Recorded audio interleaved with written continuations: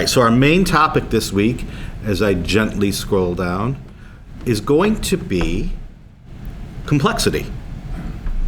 Teos is doing on his own a look at different games and the complexity of character creation. So we wanted to sort of open this topic up a little more broadly and talk about complexity in role-playing games. What do we mean by complexity? What are some of the different kinds of complexity? And what does it mean to a game to be simple versus complex in terms of its player base, in terms of its teachability, in terms of its longevity? So, Teos, start us off with what you want to talk about. So I'll just start us off with the idea that when we first talked about Daggerheart, and then when we started talking about Draw Steel for both games, I know I at least made some comments that were like, I don't know, this first level character really has a lot to do. Is that good? And one of the interesting things was hearing the number of comments on our YouTube channel that are like, I absolutely love this game because my character can do so many cool things. I'm like, oh, okay, well that's great to hear, because then that will be more chances of success for this game if the idea is that a meaty start will really help you. Mm-hmm. And then if we switch over to Daggerheart, Draw Steel, similar topic. Yeah. How much can you do at first level? What is it like to build the character, and how does that interact with the game? When Teos and I played Draw Steel through D20 Play, Tom Christie's game, I got the pre-gen and it said, for the first encounter, just use these powers. And I thought, okay, there's only 3 or 4 I need to worry about. And then when we started playing, people were using all of their powers. And I was frantically scrambling to look at the more powerful things to see what I needed to do. The same thing happened in our home campaign. And it, in retrospect, we really should have just done it as a phased approach because it would have been a lot easier. But we had a couple players who were very 4th edition-like, and they were just like, give me all the tools and diving right in. Yeah. Mm-hmm. So the question we have for the audience out there, how many of you have played Daggerheart in any sort of capacity? Huh? Probably 3/4 of the people have raised their hand. How many have played Draw Steel? Okay. 4, 5. Mm-hmm. How many of you have played Dungeons and Dragons, 5th edition? Just for stake, how many of you have played 2024? And how many of you are playing 2024 exclusively now? Okay. Mm-hmm. A little more than more than I expected. Yeah, it's pretty high. Ladies and gentlemen, David Chris has entered the building. If you don't know, he's in charge of Dungeons and Dragons. Yes. Rumor has it. Yep. And so I'm curious, like, for folks who've played Daggerheart or Draw Steel, so like raise your hands if you've played either of those games, and then lower them if you're like, this is more complex than I like.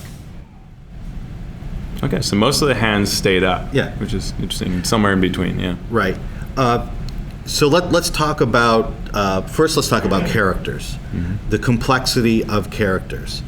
When you are playing a game, or learning a game especially, do you want a lot of complexity up front as you create the characters, to give yourself lots of choices, to give yourself, whether those choices are story-based or game-based?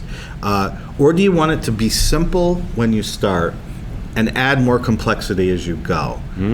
What are I personally like a lot of complexity in my games, but I have a lot of friends who can get easily confused by that and like a lot simpler. Mm-hmm. But I'm really intrigued by the character complexity and having all these different powers. But I think there is a tendency to kind of like lose some of the powers and we just not think about them, forget about them. Okay. Yeah. I definitely prefer games that add complexity over time because I'm usually running the game, and I love to teach friends that have like never played before games. And it can be a big burden when, like, I recently taught one of my friends 2024, like, they had never played any D&D or any, like, video game kind of like it, totally starting from scratch. And they wanted to do a wizard, and I was like, yeah, go for it. And I didn't explain prepared spells and the spells, like, you have some spells that you know, and that's enough. So there are things like that where it's like, if it were a little simpler to start, we could add that later. I think it'd be nicer to get new folks. I was going to go back there. You had your hand up, yeah. I feel like we just need to decipher between first level characters and people who are just learning the game. I think first level characters in a general game for people who are starting to do campaign, but if played before, the complexity is fine. because they tested the waters. Whereas like starter sets and like that simplicity was really great when I ran for people that had new plays. Yeah, we got a comment about complexity for existing players who know the game versus new players that need to come into and learn the game. Yeah. I like complexity if it comes along with customization. So, for example, if I'm giving something and I don't have very much choice in character creation, for example, and it is complex, I don't care for that as much. But if I'm allowed to make my own choices and really customize this character, and that comes with additional complexity, that's what I prefer. Okay. We'll go there, then there. So one of the problems I have with my home group is we don't get to play very often. And so when I have a player who has a complex character, gameplay just slows down because they have to relearn what their character can do. Right. So sometimes it's what does complexity add to the gameplay timing loop of going through encounters. So I think it depends on how frequently you play in a given system. If you play all the time, complex is great. If you play once every X whatever, it can be challenging. Yeah, it's very true. So as someone with ADHD, I really like when restaurants have pictures on the menu. So when I play a game, I go straight to the thing I like most. Like I check the casters first, and then I go with that, and then I check the rest after I play. Yeah. And Daggerheart has done an interesting thing by making power cards. So rather than all being on the same sheet, you have these options of taking the thing you need to do and placing it where it's easier to see, or setting aside that information in a more modular way. And that even your culture is a card, right? Right, It's an right. interesting design choice. Yeah, your subclass is a card. Your culture is a card, and for some people that makes a huge difference in learning the game. For some people, just having it on the character sheet is more than enough. Was it? Yep. Just kind of shoot and say both, because I feel like they're different types of games. You know, sometimes if you have the time to meet and play these heavy games, you want a lot of complexity. But other times you just want to drop in and roll dice and just kind of ensure that it's. Yeah, I kind of like both, depending on the day and grouping. Yeah. That's my answer. So probably better. I played the Draw Steel, I think it was Great Story, where they had kind of this ramp up where every fight you actually gain things. Yeah. And slowly, there's a different page you turn over, oh, now you have a reaction. And then, Right. Yeah. If you play the Delian Tomb adventure from Draw Steel as intended, you have a pre-gen that says, like, in the first encounter, only worry about this part of your character sheet, which is really smart. And then it'll say, like, okay, in the next encounter, now you can add triggered actions. And the next one, you can do this, which is a high resource cost thing that you can spend your points on.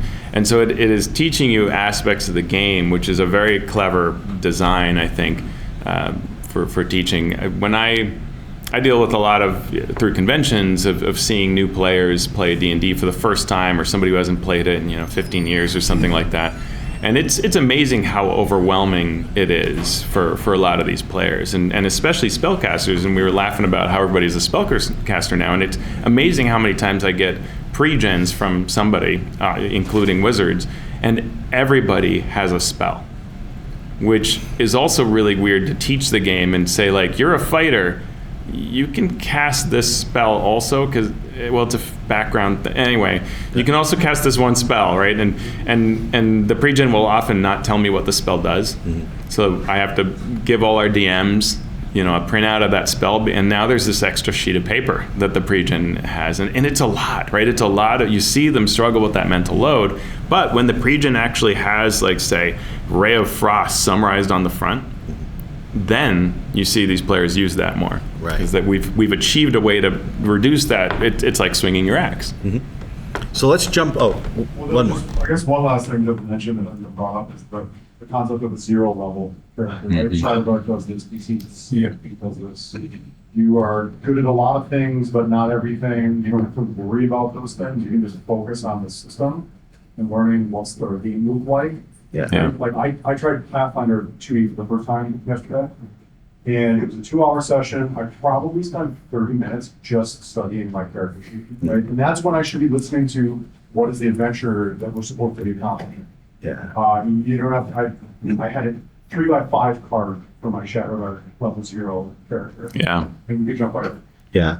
Yeah, that idea of what it takes to get up to speed is really interesting. And I found it fascinating when I was looking at this issue of complexity, and I was just counting things you kind of have to track. I didn't get into really like how complex the thing was, but what's interesting about Shadow Dark, which you mentioned, is a Shadow Dark fighter has 4 things that you can worry about, and everything that you get when you level up just changes a background value, like the damage you always do. It's not conditional, so you don't actually have to track it. You just change the number of your character sheet. So a Shadow Dark fighter never increases in complexity across your entire lifetime of the character, no matter what you roll to level up, which is amazing. Like, that's so different. And then looking at like the champion fighter, which I thought of as the simple fighter, but once I looked at it, I'm like, it's actually a lot you're tracking as a fighter, even for what used to be just only worry about your crit range. It's pretty complicated, and then we don't have a safe choice. Like, we'll just play the fighter. Yeah. Well, thank you for mentioning Peril in Pinebrook, because I've had a lot on my mind about teaching the game since I was asked to work on that project. And that leads to my next question/discussion topic, which is D&D, forget character creation right now, is D&D a complex game? Oh, let me do it. How many people say yes, D&D 5th edition 2024 without character creation is a complex game? Few people. How many say it is not a complex game? Okay, maybe about 4 to 1. Yeah. 4 to 1 say yes, it is complex. What about both? What about both? Says my. Absolutely. Okay. My wife is correct as usual. Thank you. Yeah, that's an important question for me, because if D&D is not a complex game, but character creation is complex, then there's got to be a way to teach people the game in a simple way without having to go through the complexity of character creation until they are ready for that bit of complexity. And so let me ask the question again. Compared to, for those of you who have played Daggerheart, is D&D more or less complex than Daggerheart? Who says more? D&D compared to Daggerheart. Is D&D more complex than Daggerheart? A couple people raising their hand. Is Daggerheart more complex than D&D? We have a lot of abstentions here. Yeah. Especially if you haven't played. So it was about even, maybe. Yeah. If you're the player or if you're the GM running it, because I think the GM wise, I think the Daggerheart, because you have a lot more out by the apocalypse stuff, where you're actually intruding a lot more. I think that it's probably more complex on their part, whereas like a player, probably like a little bit more, but not as much. Yeah, that's interesting. The DM side of things versus the character side is interesting, and it is interesting that, I mean, the DM always has a bit more to do because you're running the whole game. But when there's an entirely different rule set for you, then you must understand both the player side and the DM side, and that's hard. Yeah, I don't have an. Oh, go ahead. Yes. That was one of the complexity that I've noticed that when I started running 5th edition is that when you have a lot of classes, each class have a way of breaking rules. Right. And as a DM, you have to prepare for all these exceptions and understand them, and that can kind of break a lot of situations. So I would like to have more. There should be a standard range of abilities and then different classes, but there's so many exceptions. Especially if you introduce a bunch of classes and subclasses, there are a heck of a lot of exceptions that come through the classes, and that was my complexity as a DM that I think is kind of irritating. And so many ways to circumvent everything. Right. Yeah. I kind of question what complexity means, I guess. If you're looking at D&D, I think it's objectively complex. We have 3 or 4 rule books that are all some 100 pages long. It's the biggest edition ever. I don't know if you heard it. Yeah. But yeah, so I kind of wonder about that. Like D&D for me, when a new edition comes out or a new subclass, it's easy to pick up because it's familiar. But when I'm learning Daggerheart or Draw Steel, it's similar but different, so I'm always trying to figure out, well, is this that thing or not? And Yeah. so there's like it feels complex, but it actually is the same thing as relearning stuff. Right. So, When I think of, do you understand the term game loop? The game loop is essentially what happens during someone's turn. And the game loop for D&D is, I'm the game master, I describe the scene. You as the character decide what you want to do based on that. You tell me. It's generally, now there are, based on character types, there are different things. But for the most part, it's roll a 20-sided die, add a number, compare it to another number, success or fail. The state changes based on that, and then you move on to the next turn. Mm-hmm. What's the game loop in Daggerheart? Daggerheart is, I describe the scene. We don't roll initiative, right? So we don't know whose turn it is. So we have to figure that out. Once we figure out whose turn it is, that person takes their... Or which side gets to choose. Or which side gets to choose, right. They take their action. They're generally rolling 2d12, adding a number, but they have to decide if... They have to tell you whether it's hope or fear, which will... And success or fail. Success or fail, hope. So that's going to take a little bit of time to figure out. Then based on that, the game master now has to decide, do I get to interrupt and take the spotlight? Do I choose to interrupt and take the spotlight? Mm-hmm. If I just describe the game as in those two terms, which game is more complex? Mm-hmm. Daggerheart.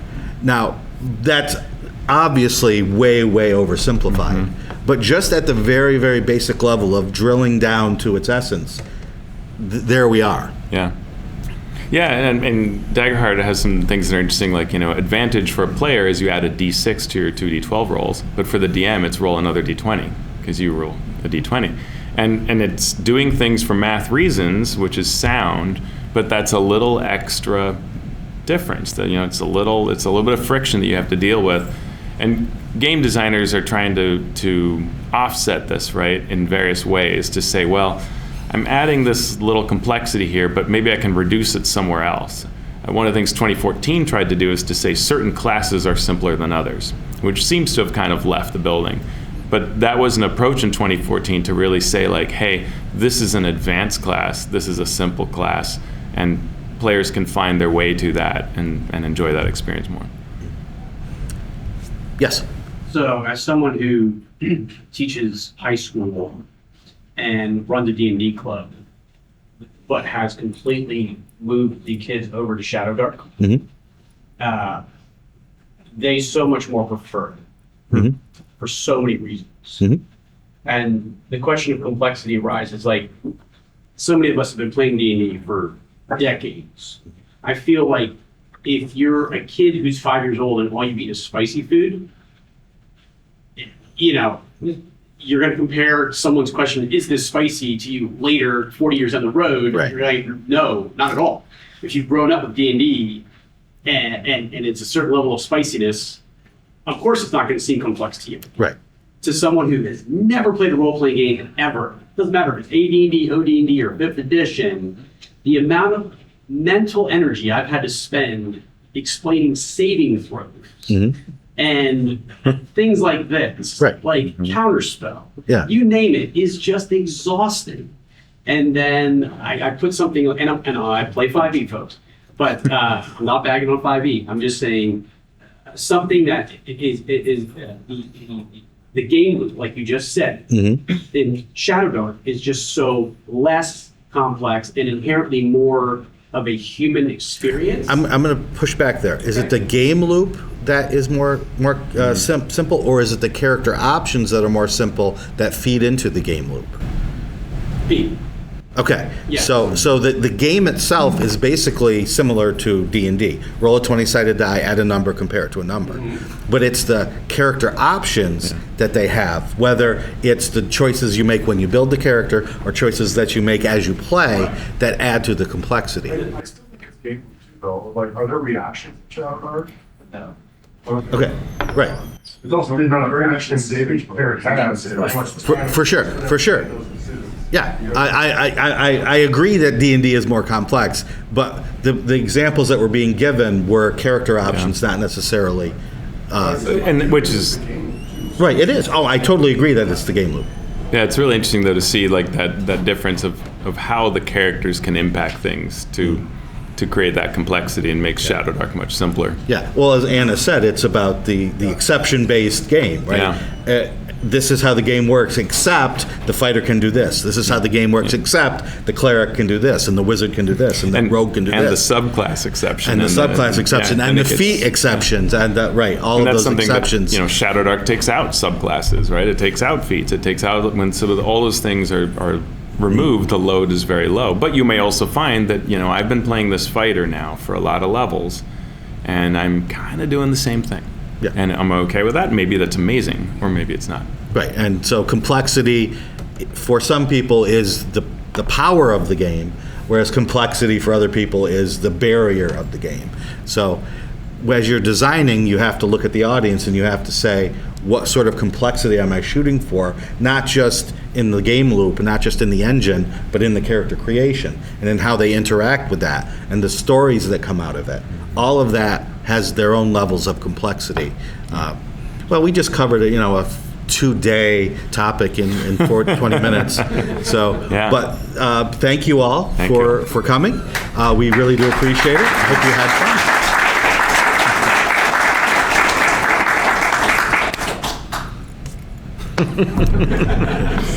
It's always smooth. Yes. You should see us at the computer. If anyone needs a Flump Fanatic badge sticker, Everybody please does need it. please help yourself. Rhetorical question.